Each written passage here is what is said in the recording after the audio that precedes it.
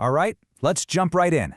The US is already mapping out its military strategy for 2026, and guess what? The blueprint is out. Today we're going to break down the absolute key technologies that are shaping the future of defense.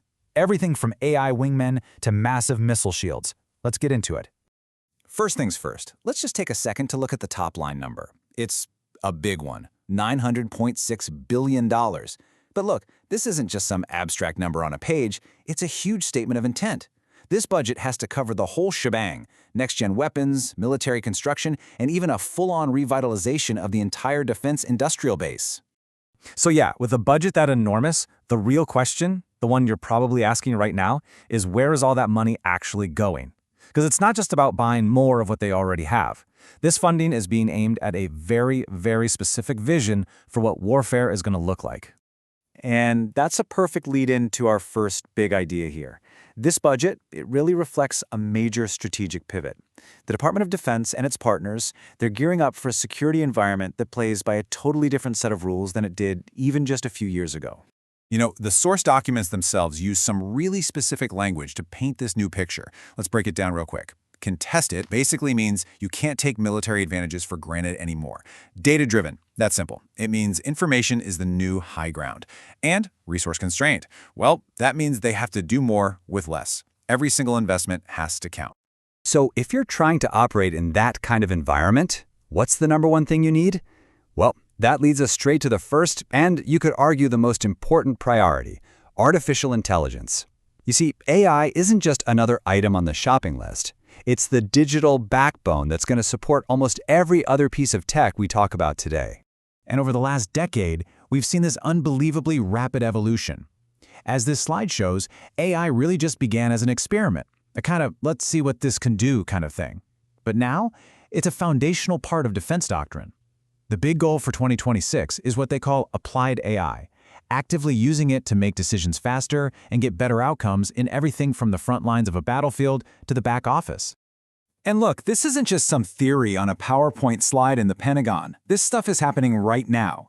GenAI.Mail is literally putting generative AI tools directly into the hands of personnel. Project Maven uses machine learning to sort through mountains of intelligence data faster than any human team ever could. And the Advanta platform? That's the central hub for making sense of it all. Okay, so applied AI sounds cool, but what does it actually do in the real world? Well, here's a perfect example. Securing supply chains.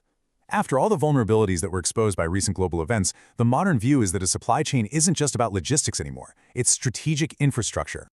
And this slide right here just nails the shift. The old way was totally reactive. You'd wait for a part to run out or a supplier to fail and then just scramble to fix the problem.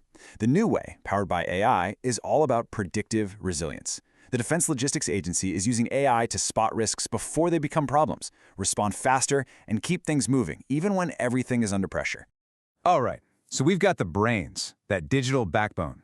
Now let's talk about the muscle, the hardware, because while data is absolutely critical, the race to control the skies is heating up fast, with a huge focus on next-generation platforms that are faster, smarter, and way more survivable than anything we've seen before. This table tells a really interesting story if you look closely. You've got both the Navy and the Air Force developing sixth-generation fighters. But the funding? That tells you everything you need to know. The Navy's FAXX program has about $74 million. Meanwhile, the Air Force's program, the Next Generation Air Dominance, or NGAD, is heavily supported, and Boeing has already locked down the main contract. It's pretty clear the Air Force's program is the priority. But here's the thing about the future of air dominance. It's not just about the pilot in the cockpit anymore. We're stepping into a completely new era, one where the pilot is no longer flying alone. And this is what they're talking about, the Collaborative Combat Aircraft, or CCA. Basically, think of it as a semi-autonomous loyal wingman. It's a drone, but one designed to fly alongside and even be controlled by a crewed fighter. This is a massive priority, and you have all the major players like Northrop Grumman, Anduril, and Boeing all in a race to build this next generation of combat drones. And this obsession with speed and dominance, it doesn't stop with jets. We have to talk about hypersonics. This is really a two-sided coin. On one side, the US is developing its own offensive weapons that travel at more than 5 times the speed of sound. And on the other, it's racing to build defenses that can stop similar systems coming from adversaries. So all this talk about air supremacy and super fast weapons naturally brings the conversation right back home. How does all this high-end tech translate into protecting American airspace directly? Well, it's about building a layered defense against threats of all sizes, from big to small.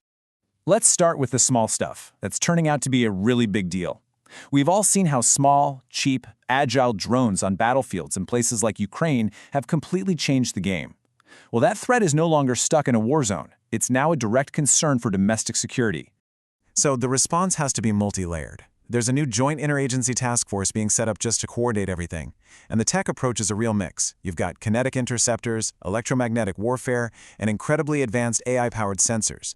And the mission is very tangible, protecting massive public events like the 2026 World Cup. Okay, so countering small drones is one huge challenge. But what about the really big threats? The faster, more destructive ones? And that leads us to a program that's gotten a ton of public attention, the Golden Dome for America. This thing is being envisioned as the nation's next-generation missile defense system, a shield designed to protect against the most advanced missile threats out there. And you can tell it's a huge priority just by looking at the price tag. Around $25 billion has been secured just for the initial phase. And they're not just writing a blank check here. This year's Defense Act puts in strict requirements for annual progress reports to Congress to make sure there's accountability for that massive spend. So, we've covered AI, next-gen fighters, layered defenses. Let's take a step back and ask, what does this all add up to? What's the big picture that's emerging from all these different priorities?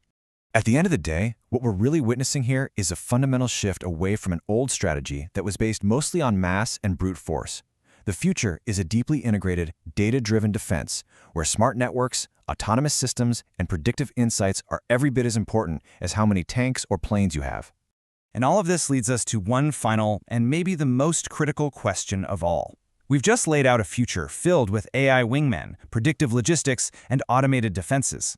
As this technology accelerates and we lean on these complex systems more and more, it forces us to ask who or what is truly in control. Something to think about.